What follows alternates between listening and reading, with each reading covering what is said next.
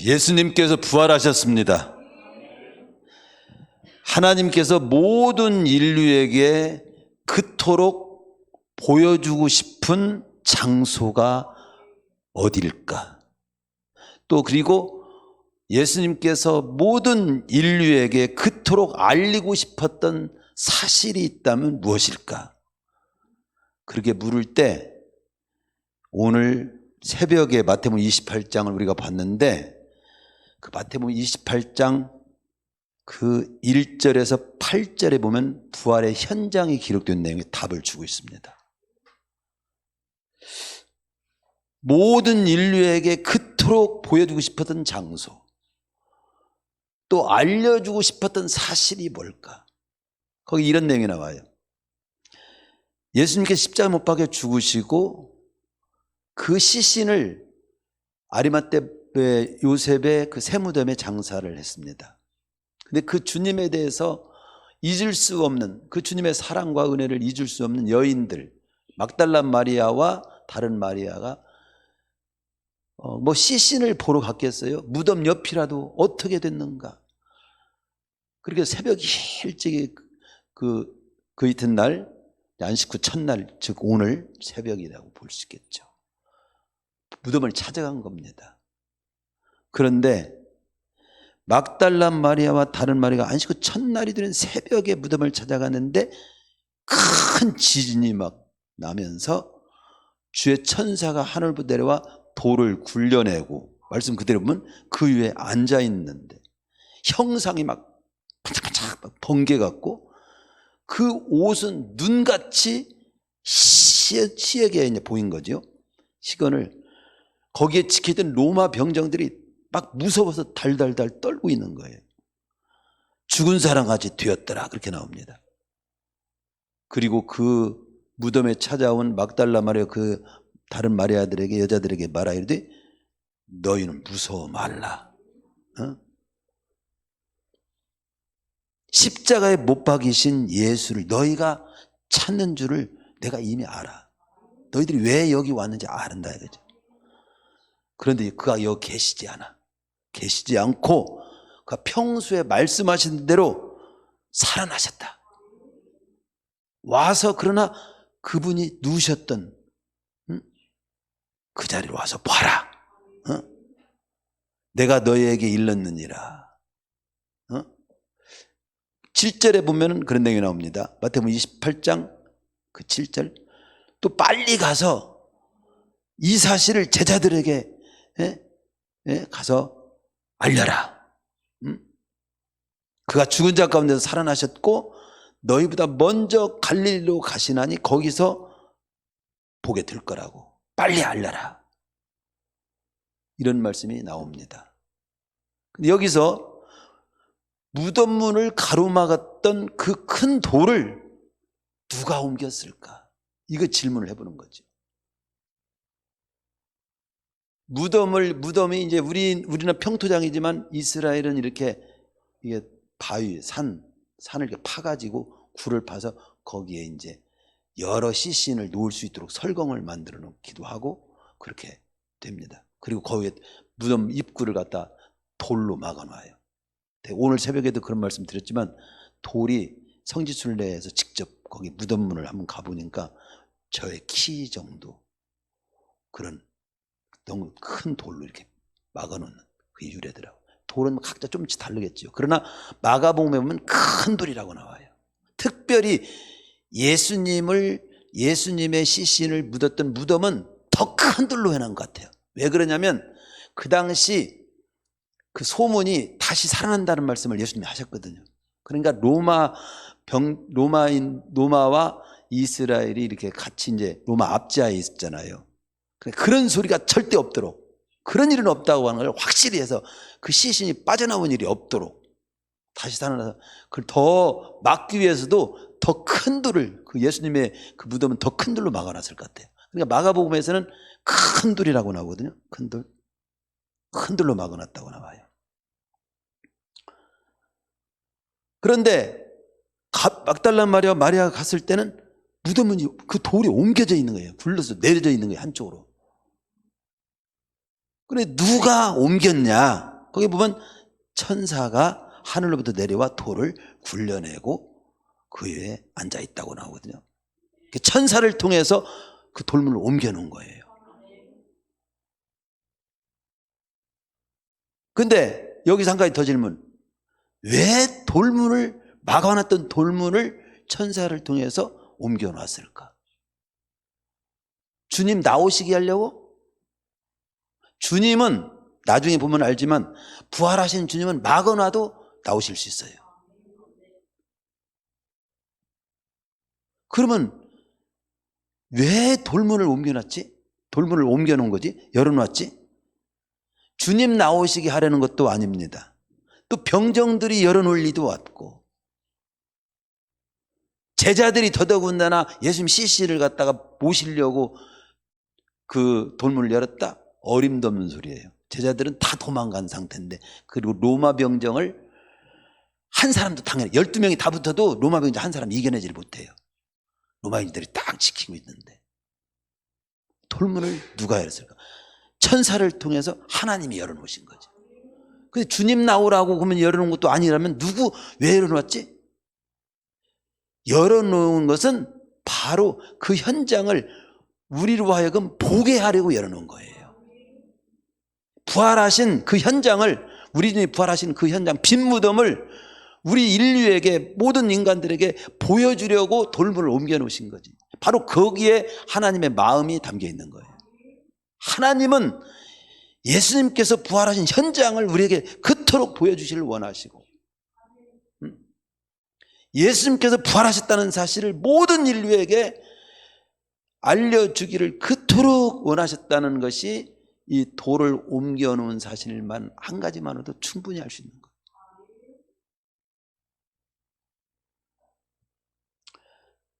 왜 예수님께서는 그 부활의 현장을 보여주기를 원했을까요? 바로 우리가 믿어야 될 것, 성경에서 성경을 연구해 보면은 크게 세 가지가 확실해요. 인간은 죄인이라는 거. 근데 그 죄인된 인간의 죄는 스스로는 그 죄를 해결할 수 없다는 그런 상태라는 거. 그래서 예수님께서 십자가에 못 박혀 그 죄값을 치르셨다. 그게 두 번째 확실한. 첫 번째는 인간은 다 죄인이라는 거. 두 번째는 그 죄값을 예수님의 십자가로 다 치렀다는 거. 세 번째는 그것이 정령 사실이 맞다는 것을 부활로 증명한 거예요. 그런데 부활이 그래서 중요한 겁니다.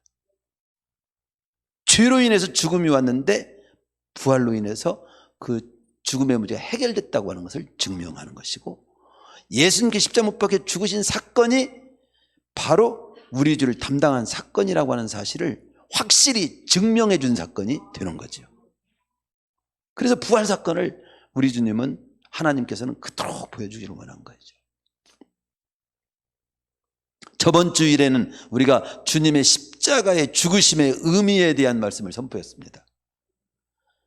즉 주님의 십자가에 피 흘려 죽으심이 나의 죄값을 청산하신 사건이라는 거, 그게 정녕 사실인가? 정녕 사실인가? 성경의 곳곳에는 그 정녕 내 죄값을 청산한 사건이 맞다, 사실이 맞다, 그걸 여러 창세기서부터 계시록까지 이렇게 쭉 기록해 놓고 있죠. 대표적으로 베드로전서 2장 24절에서는 친히 나무에 달려 그 몸으로 우리 죄를 담당하셨으니, 그냥 한마디로 충분하죠. 요한일서 2장 2절에서는 우리 죄를 위한 화목제물이니, 우리만 위할 뿐 아니라 온 세상의 죄를 위하심이라. 화목제물, 하나님 앞에 화목제물이 됐다. 히브리서 9장 26절에서는 자신을 단번에 들여 죄를 없게 하시려고 세상 끝에 나타나신 분으로, 십자가에 못 박혀 죽어주신 그 한 번의 사건으로 인해서 죄를 다 없게 하시려고 세상 끝에 나타나신 분이 우리 주님이시다. 요한복음 1장 29절은 요한이 우리 주님을 증언할 때 보라 세상죄를 지고 가는 하나님의 어린 양이시다. 세상죄를 지고 가신 분이라고. 출애굽기 12장 13절에서는 유월절 어린 양의 피를 바른 집은 장자가 죽는 죽음이 임하지 않았습니다. 내가 피를 볼 때 너희를 넘어가리니. 오늘날도 십자가에 못 박혀 죽으신 예수 그리스도를 믿는 믿음을 가진 자는 피를 바른 거야. 똑같아요. 구약시대 문설주 피를 바른 집이나 똑같은 거죠. 그 피를 바른 집에는 장자가 죽는다고 하는 것은 전체가 다 죽는 걸 대표하는 겁니다.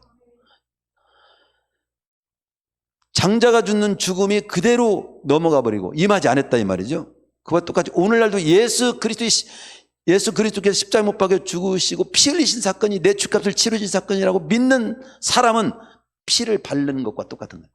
피를 바른 사람은, 믿는 사람은 죽음이 임하지 않고 그대로 넘어가는 거예요. 다시 부활하게 되고 심판도 지옥에 갈 심판에서 제외되고 재앙도 지옥도 임하지 않게 되는 거죠. 넘어가는 거죠. 디모데전서 4장 10절에서는 그런데 이 사실을 받아들이지 않는 사람에게도 구원이 주어질 수 있을까요? 온 인류의 죄를 담당했으니까 다 죄를 그 이후로는 다 담당된 거 아니에요? 아니죠. 성경에서 보여주는 분명한 사실은 이 사실을 받아들이지 않는 사람에게는 구원, 영생이 주어지지 않는다. 분명한 말씀이에요. 디모데전서 4장 10절에서는 이렇게 말하죠. 예수님께서는 모든 사람 특히 믿는 자들의 구주가 되신다. 특히 믿는 자들의. 그러면 특히 안 믿는 자들에게는 구주가 되시 안 되셔? 안 된다는 말이지. 예수님께서는 모든 사람을 위한 죄를 담당하셨지만 모든 사람들 가운데 그 예수님이 십자가에 못 박혀 죽으신 사실이 내 죄값을 담당한 사건이라고 믿는 자들에게 효험이 있는 거지. 믿지 않는 자의 구주가 되시는 분은 아니다.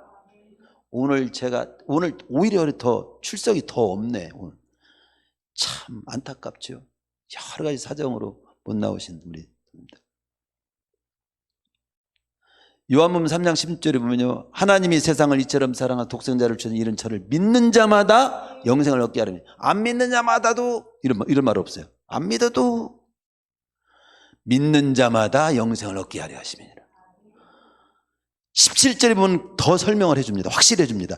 하나님이 그 아들을 세상에 보내신 것은 세상을 심판하려 하시냐 아니요 그로 말미암아 세상이 구원을 받게 하려고 우리 주님이 십자가 못 박혀 죽으시고 오셨는데 그래서 믿는 자는 심판을 받지 아니하는 것이요. 거기까지만 끝난 것이 아니에요. 믿지 아니하는 자는 하나님의 독생자 이름을 믿지 아니함으로 이미 심판을 받은 것이냐. 심판 아래에 있는 거예요. 이게 얼마나 우리에게는 소망이고 축복이고 기쁨이지만 안 믿는 자는 얼마나 두려운 말씀입니까? 근데 이게 두려운 줄도 모르고 이런 것이 있는 줄도 모르고 먹고 사는 일에만 막 이루고 헤매고 있으니 얼마나 안타깝습니까? 이런 부활주일이야말로 식구들도 좀 초청하고 같이 예배를 드리고 같이 좀 말씀을 들을 수 있으면 얼마나 좋습니까? 쉽지 않죠.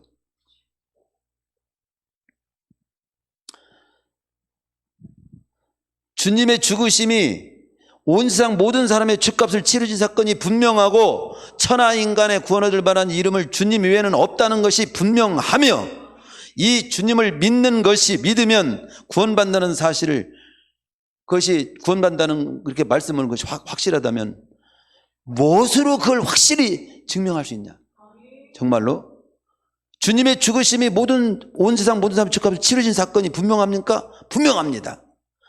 천하 인간의 구원 얻을 만한 예수님 외에는 없습니까? 분명합니다. 그걸 뭘로 증명해요? 증명해 주세요. 여러 가지 증명하는 일이 있지만 그 중에 대표적인 것이 부활이 그걸 증명한다. 부활이. 사도행전 17장 31절에 그렇게 나옵니다. 그를 죽은 자 가운데서 살리신 것으로 모든 사람에게 믿을 만한 증거를 주셨다. 석가가 아니고 소크라테스도 아니고 공자도 아니고 다른 어떤 종교도 아니고 오직 예수님께서만이 우리의 구주가 되신다는 것을 뭘로 증명합니까? 부활 사건, 부활이 증명하는 거예요. 우리는 죄가 져서 죽게 되는데 부활로서 이제 죽음을 이기셨어. 죽음의 문제를 해결하셨어.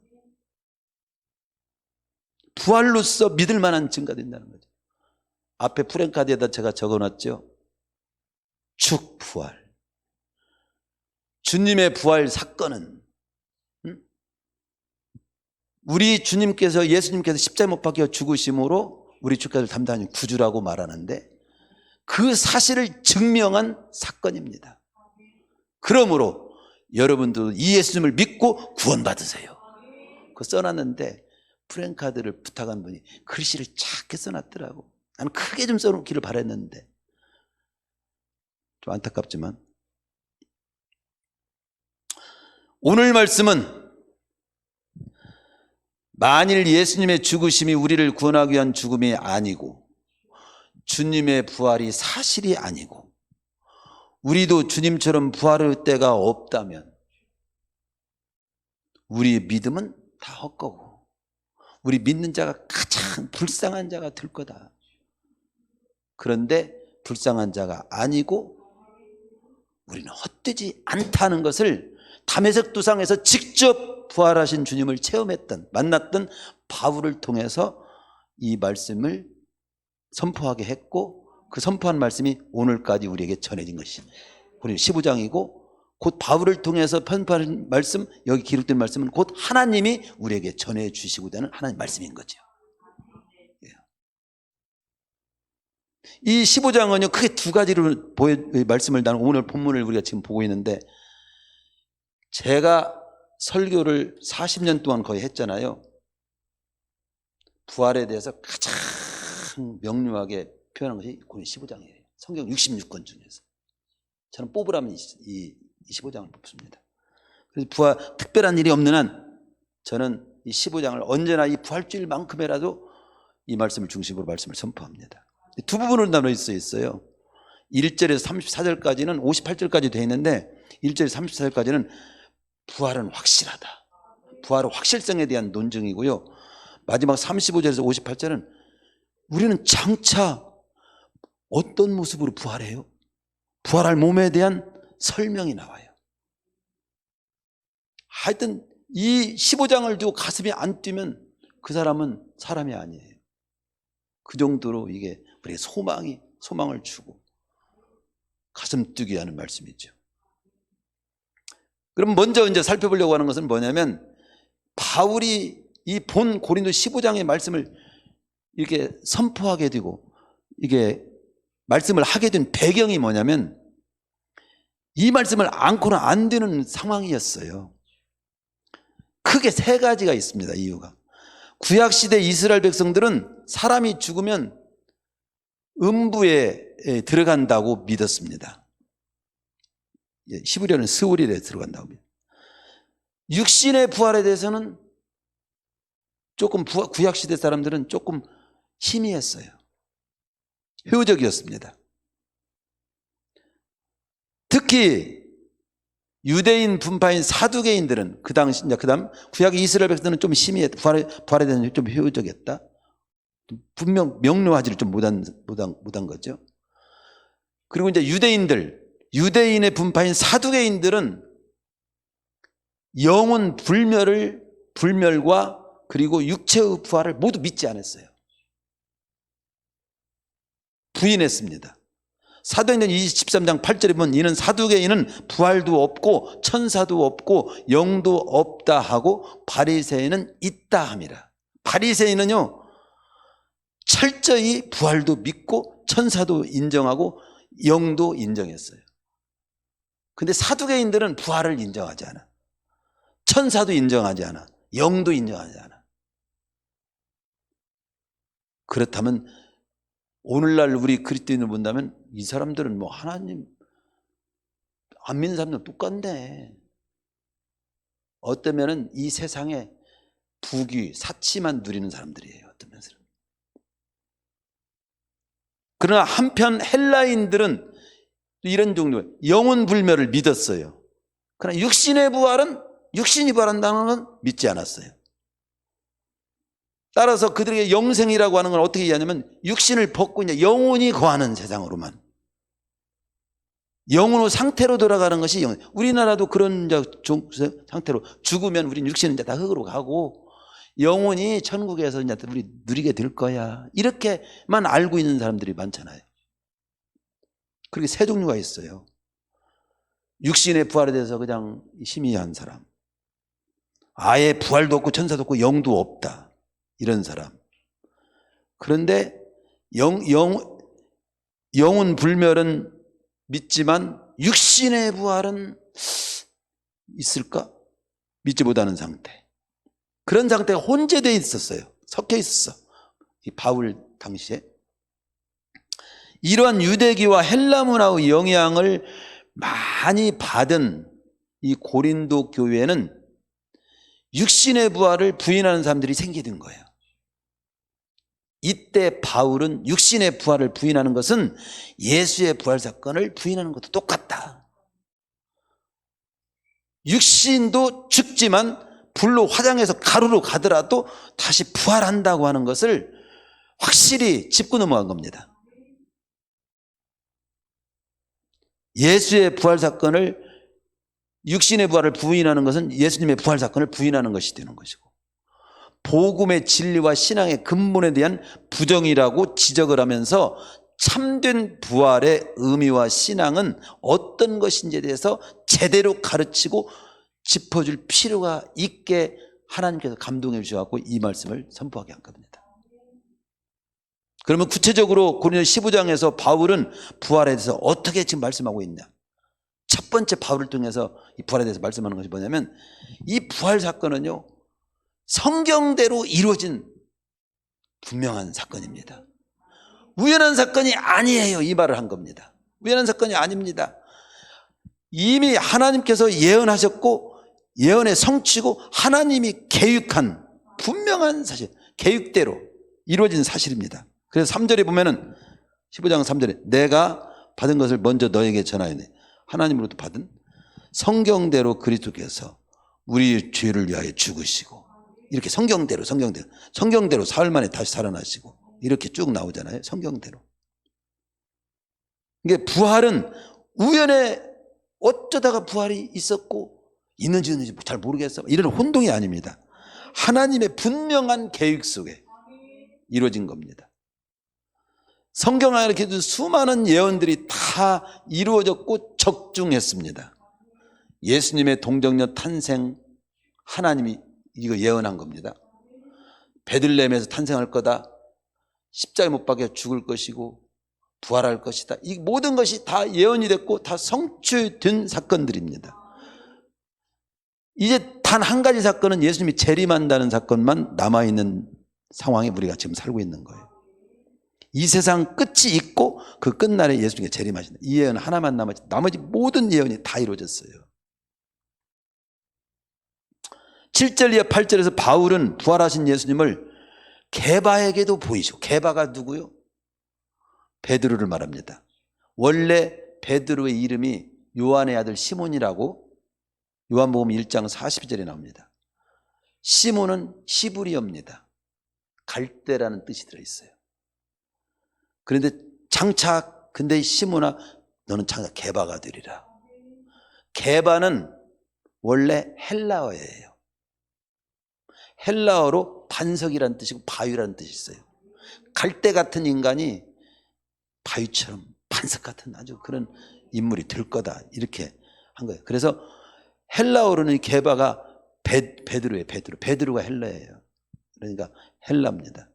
뜻은, 게바는 뜻이 반석이라는 뜻이고, 그래서 베드로에게 보이시고 12자에게도 부활하신 모습을 보여주시고 500의 형제에게 일시에 보이셨고, 그분들의 태반이나 지금 살아있습니다. 이 말씀을 전할 때는요, 부활하신 주님을 직접 목격한 사람들이 수두룩하게 앉아 있었던 거예요. 예.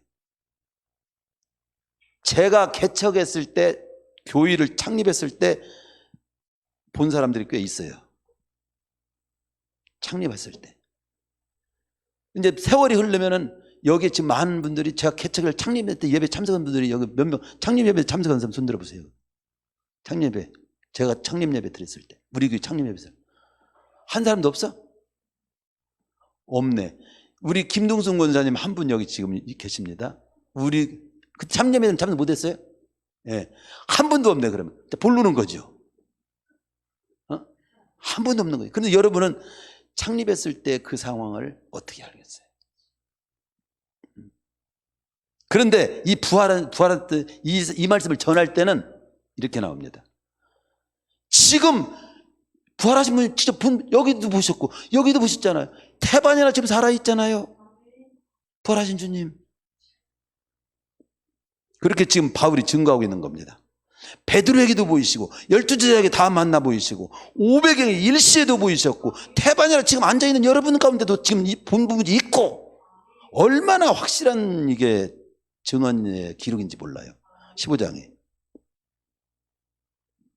근데 안 봤다고 해서 여러분 제가 1980년 2월 24일에 창립예배를 용두동 138의 7번지에 지하에서 창립예배 드렸습니다. 하는데 여러분은 안 봤기 때문에 드렸을까? 혹시 이럴 수는 있어. 근데 그때 실제로 그제 참석한 사람 목사님 그때 창립에 들으셨죠. 그때 눈 밑에 반창고 눈이 이렇게 상처 나가지고 번쩍 붙여하고 참 딱했죠. 안수익 때 목사 안수익 때는 그래요. 목사 창립 때는 그건 아니네. 그걸 다 아는 거죠. 이게 굉장히 그 현장감이 있어요. 그러면서 이렇게 태반이나 보이셨다. 이 정도로 확실하다. 부활은 확실하다. 만삭되지 못한 나 바울 자신도 다메섹도상에서 직접 부활하신 주님을 제가 만났습니다. 제가 만났어요.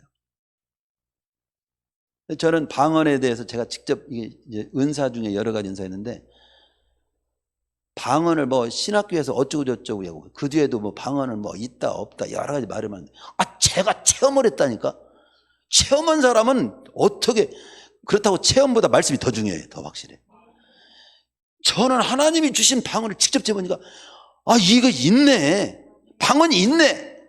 이렇게 확실히 말할 수 있어. 있네. 신용 내는 사람도 있고 뭐 여러 사람이 있을 수는 있을지 몰라.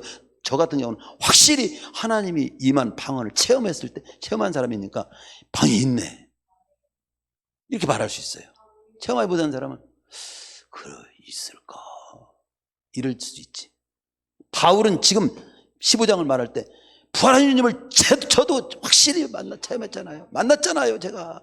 그리고 내가 뒤집어져가지고 지금 이렇게 방방곡곡에 다니면서 이 복음을, 우리 주님을 증언하고 있잖아요. 예수님을 내가 미친놈이라고 하여튼 이단의 교수라고 내가 전하고 사는 사람이고 예수 따르는 사람을 잡아주려고 하는 일에 앞장섰던 사람이 제가. 그런데 이 예수님이 정말로 구주가 맞더라고요. 맞습니다. 막 이러고 지금 전하는 거예요. 이게 바울이. 그런데 두 번째로 12절에 보면 어떤 사람들은 죽은 다음에 부활이 어떻게 있을 수 있는 거야. 그런 일이 이러고 말한다고 표현하면 그래요. 죽은 자 가운데 부활이 어떻게 있을 수 있어. 그러니까 바울이 대답을 해주지요. 만약에 부활이 없다면 예수님 자신부터가 살아난 일이 없을 것이다. 다시 살지 못했을 것이다. 만약에 주님의 부활이 없다면 우리 전파하는 것도 우리 믿는 것도 다 헛것이 될 겁니다. 나를 구원하시기 위해서 오신 예수님이 천의 몸을 통해서 베들레헴에 오셨고 고난을 당하셨고 십자가에 못 박혀 죽으셨다는 사실이 다 헛된 것이 거짓말이 될 겁니다. 만일 죽은 자가 다시 사는 것이 없으면 그리스도도 다시 사는 것이 없을 것이고 그리스도께서 다시 사신 그것이 없으면 우리 믿음도 헛것이고 우리는 여전히 주 가운데 있는 것이 죄 문제 해결됐다는 말도 믿을 수 없는 것이 되고 진짜 우리는 그동안 헌신하고 헌금 내고 헌신하고 전도하고 눈물 흘려 힘썼던 모든 것들 다 도루묵 될 겁니다. 이런 뜻이에요.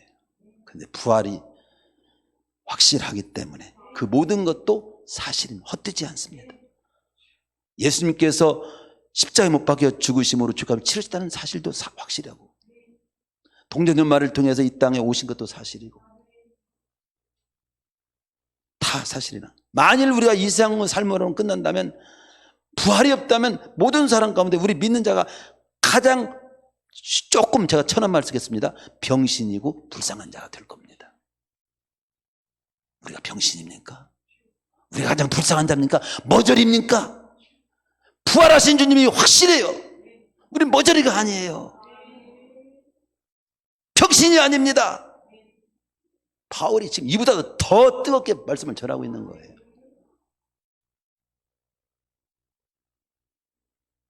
그리고 세 번째 단락으로 그리스도께서 부활하심으로 죽은 자의 첫 번째 모습을 보여줘요. 부활의 첫 열매가 되셨다고 말씀합니다. 20절에 아담 때문에 모든 사람이 다 망하게 됐고 지옥 가게 됐고 심판받게 됐고 지옥 가게 돼서 죽게 됐지만 주님을 통해 모든 사람이 삶을 회복받게 되었다는 거 22절에 말씀합니다. 그래서 우리도 주님처럼 장차 우리는 이제 예수님이 첫 번째, 그 다음 두 번째, 세 번째, 네 번째, 열 번째, 천 번째, 만 번째, 억 번째 다 예수 믿는 자와 구원받은 자 부활하게 될 겁니다.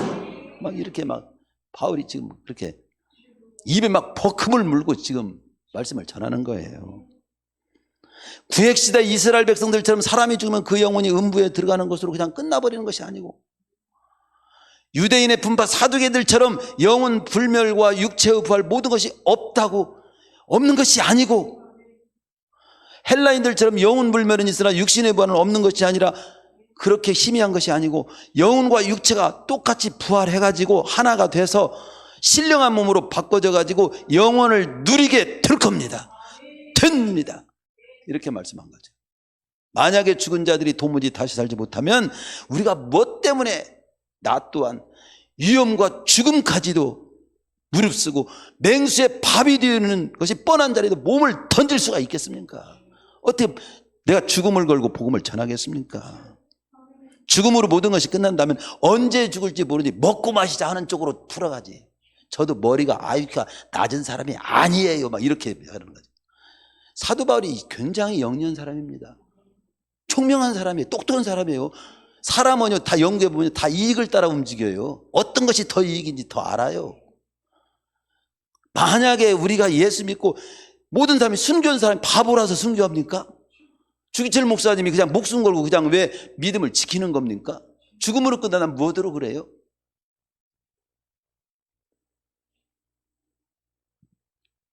우리는 죽어도 다시 살고 영원히 있기 때문에 부활이 있기 때문에 영생이 있기 때문에 그 삶을 주님이 알아주시기 때문에 헛되지 않기 때문에 우리는 그렇게 때로는 목숨까지 던지고 이 주님을 믿고 가는 길을 가는 겁니다. 그러니까 부활이 없다는 그런 말에 속지 마세요. 속지 마세요. 그렇게 나오잖아요. 32절에 보면 죽음으로 모든 것이 끝나면 언제 죽을지 모르지 먹고 마시자. 세상 사람들은 다 급한입니다. 아이고 놀할 때 놀아요. 언제 죽을지 몰라. 이번에는 스웨덴 놀러 가고 이번에는 어디로 가고 구경할 수 있으면 많이 구경이 최고야. 봄놀이 벚꽃놀이 이때를 놓치다니. 우리는 3주 동안 다니엘 그냥 새벽기도니 어디 가지도 못해. 아유 나 정말 벚꽃 못 봐가 어쩌대. 이런 사람 한 사람 없죠. 벚꽃 구경보다도 별 그런 거 전혀 문제되지 않아. 주님의 부활의 소망을 안고 사는 것 생각하면 벚꽃도 구경해야지. 벚꽃 구경하지 말라는 건 아니야. 예? 우리도 잘 먹고 잘 살으라고 하나님 말씀하셨어요. 그러나 그것이 단줄만 알고 사는 것은 아니다는 거죠. 부활이 없다는 말에 속으면 안 됩니다. 우리 주님도 마태복음 22장 23절에 33절에 보면 부활이 없다. 죽은 자 부활이 어디 있을 수 있느냐. 사두개인들의 공격을 받아요. 그러면서 막 이런 질문을 하잖아요. 한 여자가 있었습니다. 그런데 그 한 여자가 7 형제인가 그 형제가 있는 집에 시집을 갔습니다. 그런데 그 마디하고 결혼을 했는데 자손을 못 두고 죽었습니다. 형사 취수라고 해서 그 자손을 되기 위해서 그 제일 큰 아들이 죽었으면 그 둘째 아들하고 살아야 돼요. 자식을 낳기 위해서 둘째 아들 살았습니다. 또 그 자식 못 낳고 또 죽었습니다. 셋째 동생하고 살았습니다. 7째까지 다 7명하고 다 살았습니다. 7 형제하고 그 여자가 한 여자가 다 살았습니다. 그런데 만약에 부활이 있다면 부활 때는 그 여자는 누구 아내예요? 사두개인들이 아주 골 때리는 질문을 한 거예요. 아이, 목사님 골 때린다는 천박하네요. 여러분 우리가 알아듣긴 최고 좋잖아. 알아들으면 되지. 그래요. 예수님께서 이 질문이 난처한 질문인 거예요. 그래 우리 주님께서 뭐라고 말합니까? 너희가 하나님의 능력도 성경도 알지 못하는 거로 오해하였다. 하나님은 죽은 자가 하나님이야 산 자가 하나님이라고 하시면서 거기에서 부활의 확실성을 말합니다. 누가복음 20장 35절이면 더 자세히 나와요. 누가복음 20장 35절에 이 세상의 자녀들은 장가가고 시집도 가되 이 세상과 죽은 자 가운데서 부활함을 얻기에 합당히 여김을 받은 자들은, 지금 부활한 자들은 그 부활할 때 장가가고 시집가는 세상이 그때는 아니야. 그들은 다시는 죽을 수 없나니, 다시 죽을 수 없는 몸으로 우리가 새롭게 부활되는데, 그때는 이는 천사와 동등한 상태가 돼. 부활의 자녀로서, 하나님의 자녀로서 천사와 동등한 상태가 돼. 그렇게 말씀을 하십니다. 그러면서 너희 성경도 알지 못하고 너무 오해하고 그런 질문을 하는데 참 가소롭다 이거지.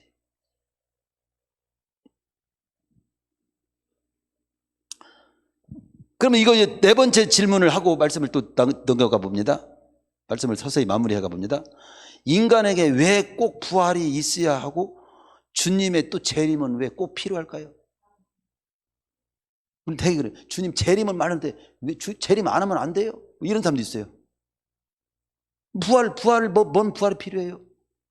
왜 부활이 있고 주님의 재림이 필요한 걸까요? 본문 22절에 그렇게 말합니다. 아담 때문에 모든 사람의 죽음이 왔고 주님을 통해 모든 사람이 삶을 회복받게 되어야 하는 것이 마땅 아닌가. 이 죽음의 문제가 해결돼야 되잖아요. 진짜 이 문제를, 죄로 인하여 죽음이 온 것처럼 주님이 죗값을 치르셨기 때문에 이제는 죽음의 문제가 해결돼야 되잖아요. 해결된 것이 부활이야. 해결되는 것이 부활이야.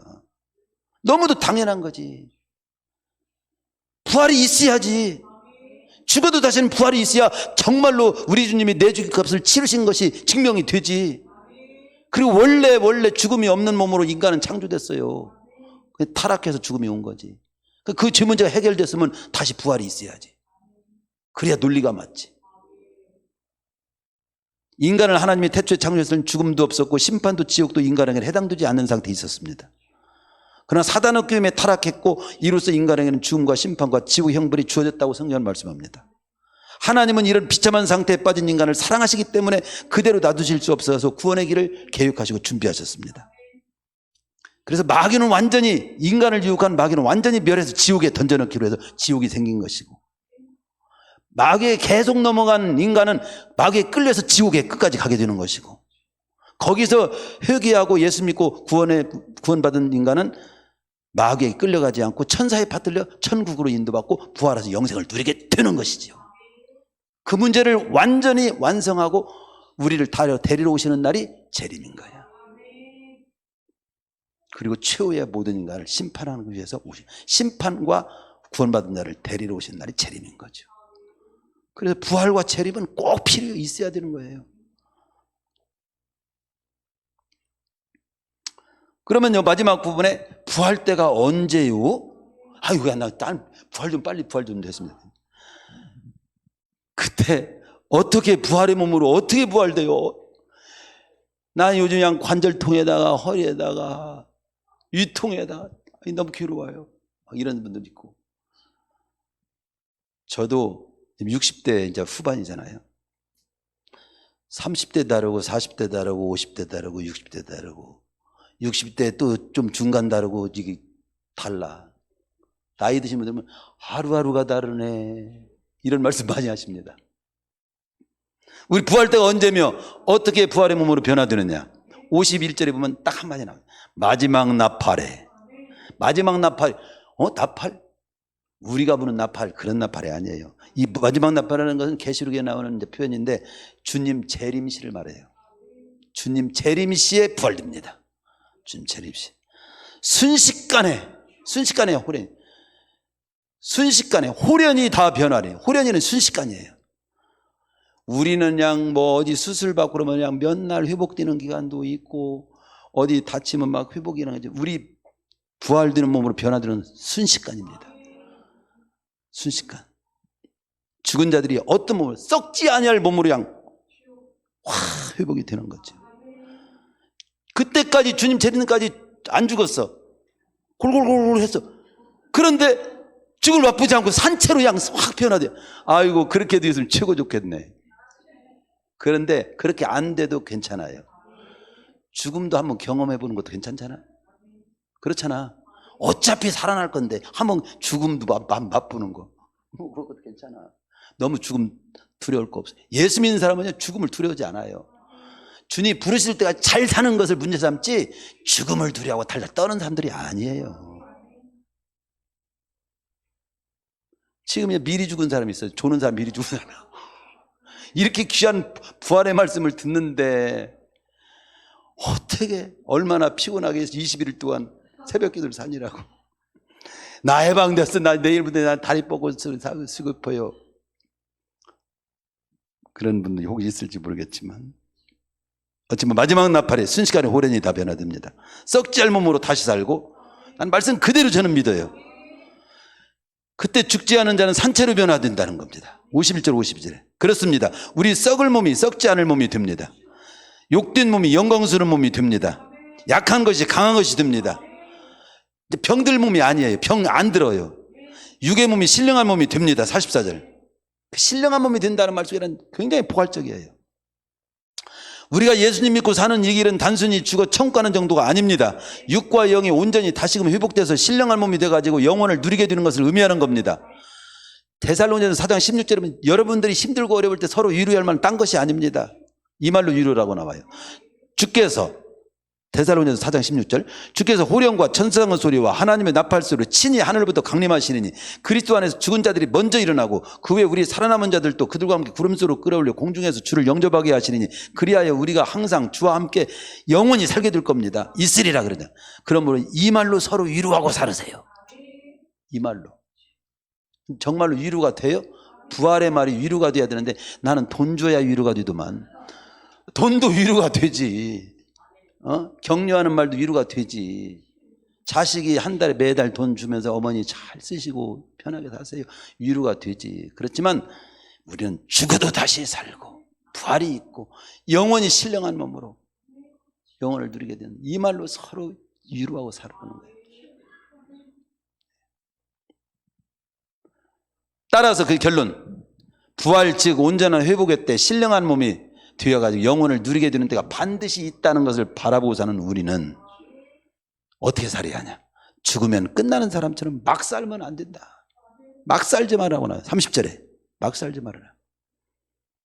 응? 소망 없는 자처럼 사람이 죽음을 맞이할 때 너무 그냥 절망적인 슬퍼하지 말라고 나와요. 데살로니가서 4장 13절은 서로 위로하라고 나오잖아요. 불신자처럼 하나님도 부활도 모르고 죽으면 어떻게 되는지 구원받은 축복이 얼마나 대단한 건지 몰라서 막 두려워하거나 흔들리지 말고 견고한 모습으로 항상 주의 일에 더욱 힘쓰는 자로서 남은 생애를 살으라고 58절은 말씀합니다. 누가복음 24장 38절이면 제자들에게 부활하신 주님께서 어찌하여 두려워하느냐, 어찌하여 마음에 의심이 일어나느냐. 이젠 부활의 소식을 아는 사람은요 두려워할 필요가 없어요. 의심을 할 필요가 없어요. 더 이상 의심도 두려움도 갖지 마시고 부활의 확실성을, 예수님의 구주되심을, 그리고 영생을 확신하고 사셔야 됩니다. 그렇습니다. 우리 그리스도인들은 어떤 사람들이냐? 부활의 소망을 바라보고 이 땅을 사는 자들이에요. 부활신앙이라고, 부활신앙이고요. 부활의 소망을 바라보고 사는. 먼저 간 믿음의 선배들은 모두 다 이 부활신앙이 확실했어요. 그것을 히브리서 11장 35절 이하에서는 분명히 증거합니다. 그래서 그들은 보면 더 좋은 부활을 얻고자 해요. 더 좋은 부활이 뭘까? 아니 부활이 똑같은 부활이지 더 좋은 부활이 뭐, 제가 거기에 꽂혔어요. 더 좋은 부활이 대체 뭐지? 부활도 차별 있나? 이 세상에서 차별 많이 당했는데 부활까지 차별한다는 말이에요. 차별이 아닙니다. 더 좋은 부활은 뭐냐면요, 이런 대략 해석은 그거예요. 나인성 과부의 외아들이 죽었다가 살아났죠. 나사로가 나흘 만에 살아났죠. 그리고 도르가가 또 죽었다가 베드로를 통해서 또 살아났었죠. 근데 죽었어 안 죽었어? 또 죽었지. 그런 부활과는 비교가 안 되는 부활이라요. 우리 때가 주님 때, 재림 때 우리가 부활하는 것은 그런 일시적으로 이 세상에서 부활했던 사람, 다시 살아났던 사람, 그런 부활하고는 비교가 안 되는 더 좋은 부활이야. 온전한 부활이야. 그리고 또 한 가지는 주님 앞에 섰을 때 가장 떳떳한 모습으로 서게 되기를 바라는 마음, 바라는 거, 그게 더 좋은 부활을 얻고자 합니다. 우리가 결국 주님 앞에 서는 거거든요. 근데 어느 사람이 주님 앞에 떳떳이 기쁨으로 설 수 있을까요? 구원만 받고 끝나는 것이 아니라 구원받은 자로서 삶을 더 크게 살아갔을 때, 그 사람이 주님 앞에 섰을 때 네가 구원받은 자로서 너무 아름답게 잘 살고 왔구나, 그런 사람이 더 좋은 부활을 만나게 되겠죠. 그런 의미가 들어있는 거지. 그래서 그들은 이 더 좋은 부활을 얻고자 악행을 받되 구차히 면하려 하지 않고, 믿는 것 때문에 서는 악행을 받더라도 그걸 구차히 피하지 않았다는 거예요. 시론과 채찍과 결박과 옥에 갇히는 시험도 달게 받았다는 거예요. 교회 다니다가 여러 가지 억울한 소리 듣는다고, 교회 다니다가 억울한 소리 들었는데 나 공원 다녀, 그러면 부활의 소망도 없고 주님께 대한 믿음이 그 정도 시시합니까? 우리는 여러 가지 희롱과 채찍과 결박과 악행을 받는 일이 있어도 그것과는 바꿀 수 없는 것이 이 믿음이에요. 그만큼 값진 길이에요. 그래서 믿음의 그 11절 보면 양과 염소 가죽을 입고 암열과 토굴에 유리하며 살아도 낙심하지 않았고, 돌로 침을 당하고 톱으로 몸을 켜고 칼에 죽이는 경우를 만나도 본질적으로는 절망하거나 두려워하지 않고 그걸 달게 받고 그대로 죽어왔습니다. 이는 그렇게 나옵니다. 하나님으로부터 장차 회복받을 몸은 더 좋은 신령한 몸으로 회복받아 지금의 삶과는 비교 안 되는 영원한 삶을 살 때가 반드시 있으리라는 확신이 있었기 때문이라 이거죠. 그래서 제자들 모두 하나같이 순교한 사실만 봐도 주님은 분명히 부활하셨고, 그리고 우리 주님은 정말 주님이 우리의 구주가 되시는 분이라는 거죠. 그것이 확실하기 때문에 한 사람도 아니고 어떻게 12제자가 다 죽음을 그렇게 덜덜 떨던 사람들이, 겁 많은 제자들이 주님을 위해서 죽을 수가 있습니까? 부활을 확신하기 때문에, 구원을 확신하기 때문에, 우리 주님이 구주인 걸 확실히 분명한 걸 그들이 믿었기 때문에 그렇게 갈 수 있었던 겁니다. 계시록 21장에서 보면 신령한 몸으로 영혼을 살게 될 세계가 소개되고 있는데, 성경은 그러면서 맞춰집니다. 새하늘 새 땅을 보니 처음 하늘과 처음 땅이 없어졌고 모든 눈물을 그 눈에서 씻기심에 다시 사망이 없고 애통하는 것이나 곡하는 것이나 아픈 것이 다시 있지 아니하리니 처음 것들이 다 지나가게 될 거다. 이 세계를 바라보고 살라는 거지. 이 소망을 품고 이 땅에 머무는 동안 우리 성도님들 주님께 대한 믿음을 더욱 견고히 지니시고 흔들리지 마시고 맡긴 사명 충성을 감당하면서 남은 생애 주 안에서 여한없이 누리며 또 사시기를 축원합니다.